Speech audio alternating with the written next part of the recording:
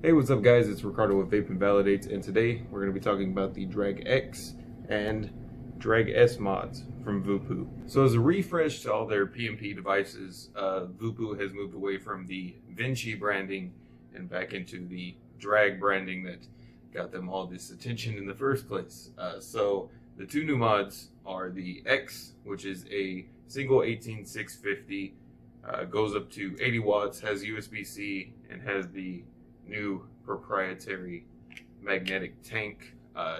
Takes the same coils as the Vinci, and yeah, so PMP came out with a couple new SKUs. They have the 0.15 and the 0.2. The 0.15 comes with the Drag X. Now, as far as the Drag S goes, you're looking at a slightly smaller mod, so a little bit shorter than this one. It does have a built-in battery, 2500 mAh built-in battery. Instead of going up to 80 watts, this one only goes up to 60 watts. And instead of coming with the 0.15 and 0.3 coil like the Drag X, this one comes with the 0.2 and 0.3 coils. As far as features go on this mod, this one does have the new gene chip. So as soon as you pop a tank on, it will automatically read the coil, set it to whatever wattage it thinks it should be at. So for this coil in particular, I'm running the 0.15. Take it off, put it on, sets it around 60, 65, just depending on the battery power of the mod. But if I take this pod with a 0.8 coil in it, automatically drops it down to 15 watts.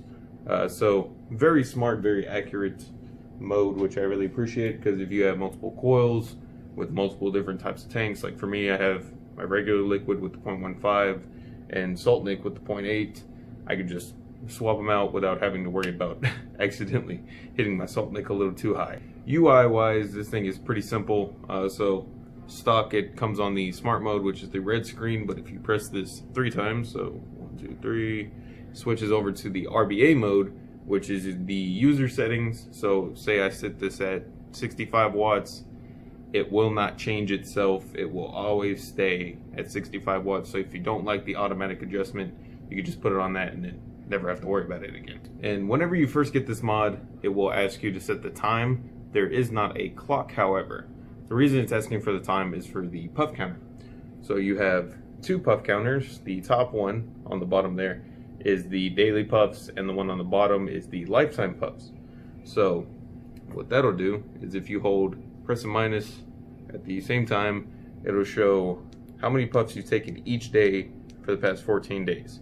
So it's kind of a cool feature. I personally don't use it because every time I take out the 18650 in here and swap it with another one, it resets the clock again.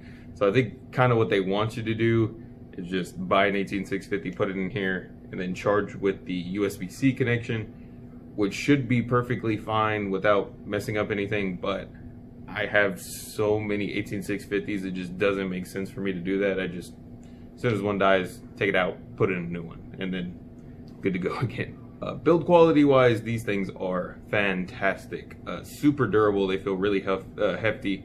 Definitely a lot more premium feeling than the Vinci lines. So, and these do have the round tank, so it does not matter which way you pop it on.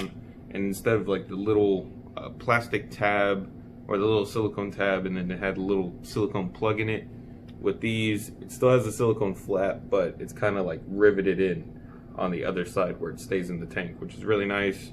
Have a less tendency of it just coming off. And coils are the same way, they just push in, pull out, and then it does not matter which way put the tank on. And both of these devices do have a fully adjustable airflow control, as opposed to the Vinci's where it was a 2 airflow system. It was either tight or loose, and then you just take it off, flip it, and then it switches to the other airflow. With these, there's a little nub on the back, and you can fully adjust the airflow. Personally, with the 0.15, I like mine about halfway at 60 watts. I seem to get a really clean, still warm, but very flavorful hit, and that's where I like sitting at. But you know, they have coils that go anywhere between like 10 watts to 80 watts with the PMP coils, and all of them last a decent amount of time. I think the shortest I've ever gotten on a PMP coil is like 2 weeks. So these devices are fantastic. I love what VooPoo's been doing, especially with cross compatibility with all their new devices. They all take the PMP coils, so if your device craps out and you don't really want that, you could just take it out, put it in a new one, and you're good to go. Price wise, I'm seeing these online for about 40 to 50, just depending on if it's the S or the X. Expect either one in a shop to be around 50 to 60 bucks, because that's about what online would be with shipping.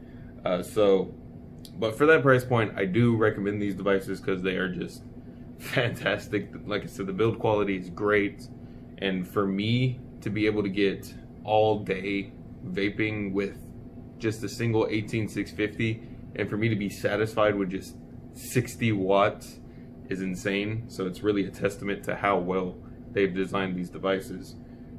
Especially like it hits like a dripper just because it's so close to the mouthpiece, and I gotta give them a lot of props. VooPoo did fantastic with these two devices. But yeah guys, that's pretty much all I got for you today. As always, if you have any questions, you can ask them in the comments down below, or email us at vapeandvalidate@gmail.com, and you might just see them in a future video. But if you enjoyed this video, go ahead and hit like, and make sure to subscribe and hit the notification bell to stay up to date with our content to help you make decisions towards a better vaping lifestyle. I'm Ricardo, Vape and Validate. See you next time.